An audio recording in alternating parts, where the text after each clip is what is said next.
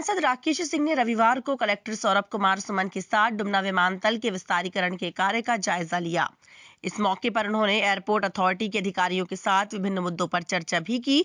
उन्होंने निर्देश दिए कि डुमना का विस्तारीकरण हर हाल में 30 जून तक पूरा किया जाए, ताकि उसके बाद ये भोपाल और इंदौर एयरपोर्ट की तरह काम करना शुरू कर दे।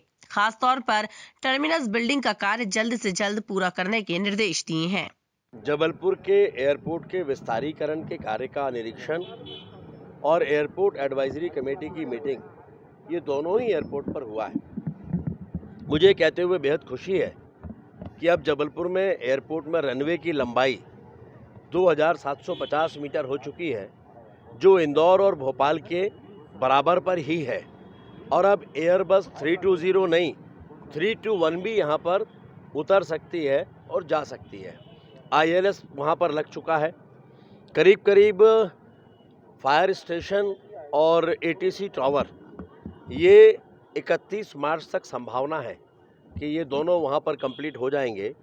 इसके साथ में जो टर्मिनल बिल्डिंग है, जो मुख्य रूप से जिसका काम बचा हुआ है, उस पर बहुत वृहद चर्चा हुई है और आज बहुत कड़ाई के साथ में कॉन्ट्रैक्टर को और एयरपोर्ट अथॉरिटी ऑफ इंडिया के अधिकारियों से चर्चा करके निर्देश दिए हैं कि हर हालत में 30 जून तक हमारे एयरपोर्ट का काम कंप्लीट हो जाना चाहिए, ताकि उसके अगले 15 दिनों के बाद उस एयरपोर्ट से हम सारे ऑपरेशंस शुरू कर सकें। एयरलाइंस के अधिकारी भी आज वहाँ पर, इंडिगो के अधिकारी भी वहाँ पर थे, एयर इंडिया के लोग भी वहाँ पर थे, उनसे भी विस्तार से चर्चा हुई है।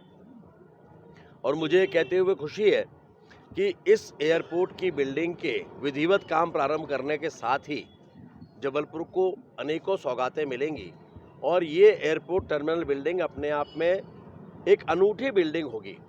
इसकी जो रूफ़ है, उसको देखने के बाद हमें भेड़ाघाट का लुक दिखाई देगा और उसमें उसको इस तरह से डिज़ाइन किया गया है कि उसके रूफ़ के प्रत्येक पैनल से 3 जगह से डे लाइट बिल्डिंग के भीतर आए, ये भी उसमें सुविधा है।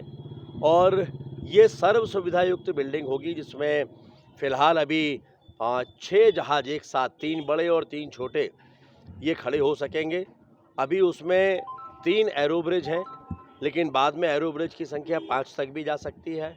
250 यात्रियों का आना और 250 यात्रियों का जाना एक बार में होगा। इनकी संख्या भी बढ़ जाए, ये व्यवस्था भी इसके साथ में रखी गई है। अभी 6 जहाज खड़े हो रहे हैं, ये जहाज़ों की संख्या भी बढ़ सके, ये व्यवस्था भी वहाँ पर रखी गई है। तो कुल मिलाकर एक सर्व सुविधा युक्त एयरपोर्ट जबलपुर के निवासियों को बहुत शीघ्र प्राप्त होने वाला है।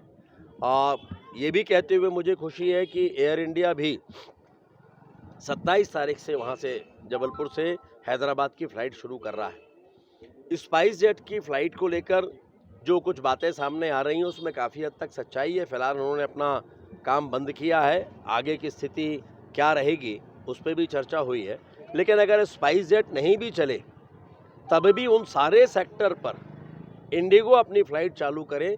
आज ये भी हमने विस्तार से चर्चा की है और इंडिगो के अधिकारियों से बात करने वाले हैं। तो हम ये कह सकते हैं कि स्पाइस जेट के सेक्टर्स पे, जहाँ स्पाइस जेट के जहाज़ चलते थे, अगर स्पाइस जेट ने अपना ऑपरेशन बंद किया तो भी इंडिगो के माध्यम से उन सभी सेक्टर्स पर जहाज़ चलेंगे। और उसके अलावा आवश्यकता पड़ने पर दूसरी एयरलाइन से भी हमारी बातचीत जारी है, ताकि जबलपुर में कनेक्टिविटी कम ना हो बल्कि इससे आगे बढ़े। स्पाइस जेट की तरफ से कुछ क्लियरेंस दिया गया है कि क्या उम्मीद है? अभी फ़िलहाल तो उन्होंने टेम्परेरी बंद करने की बात की है, आर्थिक कारण है उसके।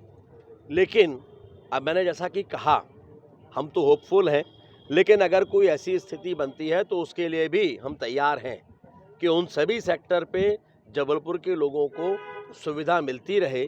इसके लिए इंडिगो के अधिकारियों से बातचीत आज भी की है और आने वाले समय में जो सारे ऑपरेशन को देख रहे हैं उनसे भी हम बात करने जा रहे हैं, ताकि जबलपुर के लोगों को सभी सेक्टर्स पर फ्लाइट उपलब्ध रहें।